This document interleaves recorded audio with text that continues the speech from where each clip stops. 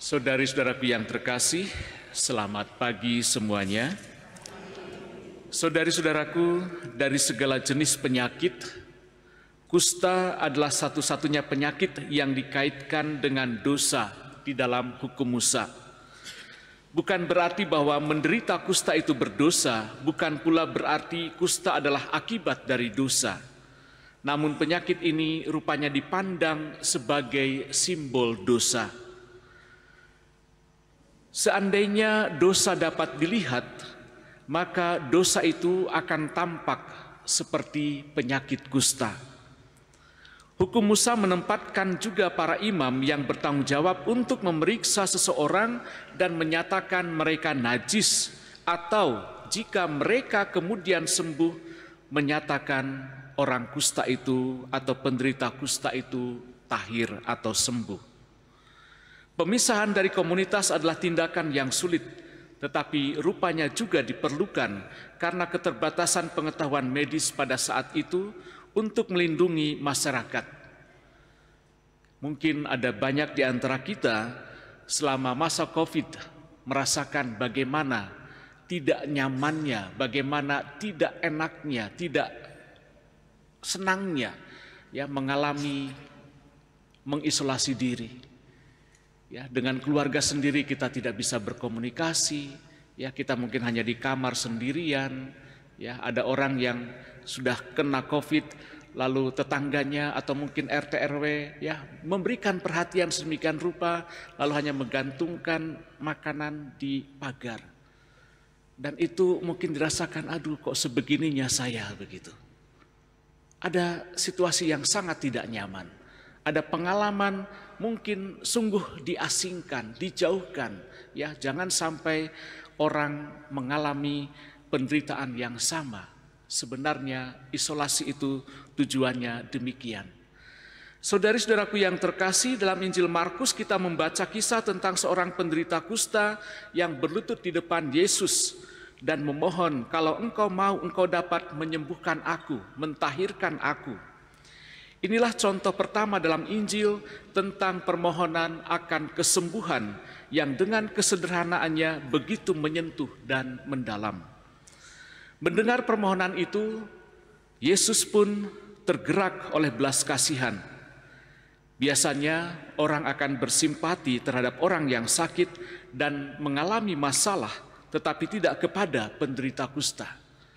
Penderita kusta jangankan datang, ya, jangankan menghampiri orang, mereka sendiri harus berpakaian yang sangat khusus dengan gemerincing yang ada untuk menandakan bahwa dia sakit kusta, sehingga orang dengan segera dapat menjauh. Pada zaman itu penderita kusta dianggap tidak tahir secara rohani dan fisik. Mereka dianggap menjijikan oleh kebanyakan orang yang sedapat mungkin menjauhi mereka. Namun Yesus bersedia menjangkau orang yang putus asa dan sakit ini, bahkan menjamahnya. Saat si kusta meninggalkan Yesus, seketika ia menjadi tahir. Lalu pertanyaannya, mengapa Yesus menjamah orang itu? Bukankah dia pun dapat menyembuhkan? Cukup dengan berkata saja, bersabda saja, hanya dengan mengatakan jadilah sembuh, seperti pada mujizat-mujizat yang lain. Tentu saja ada tujuan utama untuk dihadirkan bahwa jamahan Yesus menunjukkan belas kasih yang sangat besar. Yesus mengasihi orang sakit, orang berdosa, orang-orang yang terpinggirkan. Kusta secara fisik dapat dilihat sebagai gambaran dari kusta rohani akibat dosa.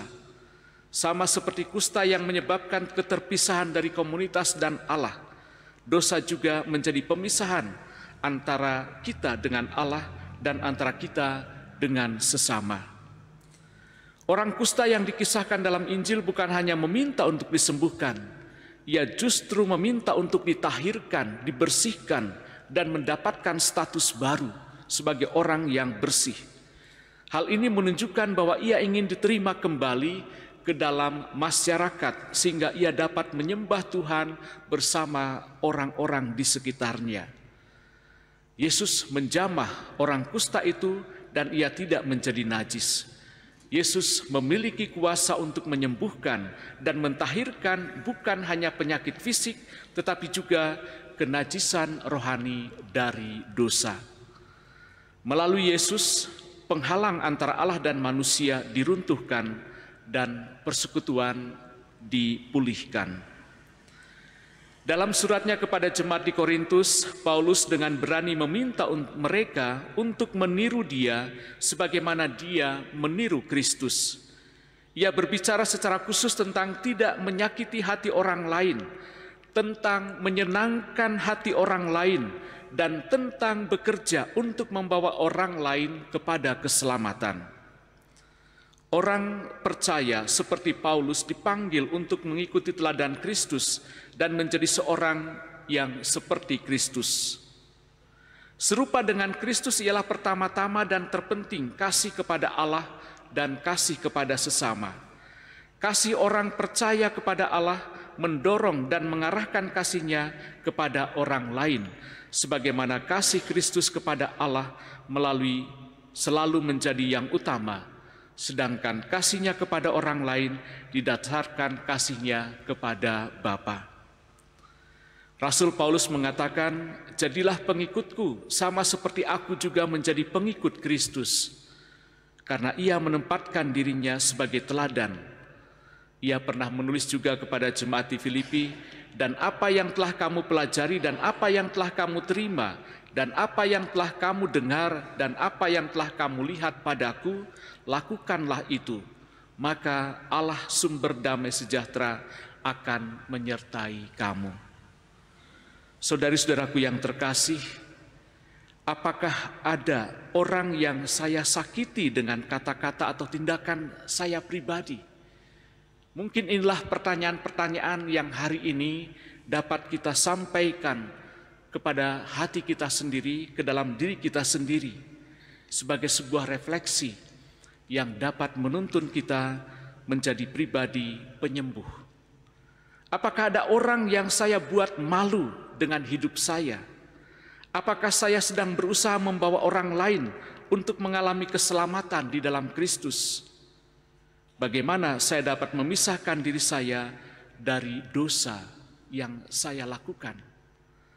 Saudari-saudaraku yang terkasih, ketaatan terhadap perintah Allah membawa pemulihan dan penyembuhan, serta mengembalikan orang yang terpinggirkan ke dalam masyarakat. Sebagaimana Yesus menyembuhkan penderita kusta, kita juga dipanggil untuk menjadi saluran berkat bagi orang yang ada di sekitar kita. Pada peringatan Hari Orang Sakit Sedunia ini, mari kita juga menyadari orang-orang yang ada di sekitar kita, dalam keluarga, dalam komunitas, dalam lingkungan masyarakat kita, mereka yang sakit, mereka yang membutuhkan perhatian. Satu pengalaman kecil ketika saya masih bertugas di Tangerang, saya mendapatkan suatu hari telepon dari kakak saya. "No, coba kamu pulang dulu, lihat ibu, sepertinya kondisinya sedang tidak baik." Saya pulang, sebelumnya saya berkoordinasi dulu tentang tugas-tugas saya dengan rekan imam saya di paroki. Lalu saya menyempatkan waktu 3 hari. 3 hari betul-betul di rumah, tidak kemana-mana, saya hanya mendampingi ibu saya. Rupanya beliau ada pembengkakan jantung dan ada bulu mata yang tumbuhnya ke dalam. Jadi itu sangat mengganggu dan seminggu sekali harus ke dokter untuk dicabut gitu. Selama 3 hari itu saya mencoba untuk sungguh menemani beliau. Dan 3 hari singkat cerita mau pulang saya pamitan ke ibu saya, dan kakak yang nelpon saya itu mengatakan, "No, kamu sudah tahu kondisi ibu seperti ini. Mungkin baik ke depan kamu juga menyiapkan waktu atau menyediakan waktu untuk menengok ibu lagi." Ibu saya nyeletuk langsung spontan. Beliau minta sebulan sekali saya datang. Saya mengatakan, "Baik, saya akan datang." Tapi rupanya belum juga 1 bulan, mungkin kira-kira 2 mingguan, ibu saya sudah dipanggil Tuhan. Saudari-saudaraku yang terkasih, ada banyak orang yang mungkin ya tanpa sepengetahuan kita atau tanpa kita sadari ya membutuhkan perhatian kita, membutuhkan uluran kita. Ada orang tua kita bahkan yang mungkin sudah lama kita tidak sapa. Kita di perantauan, kita jauh dari mereka, kita lupa kepada mereka. Ya, ada orang-orang yang selama ini ya memang tidak diperhatikan. Dan hanya datang, hanya menyapa saja, itu sudah menjadi berkat.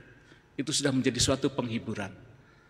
Maka ketika ada orang tua sakit, ketika ada saudara sakit, ada teman-teman satu lingkungan sakit, jangan dijadikan beban.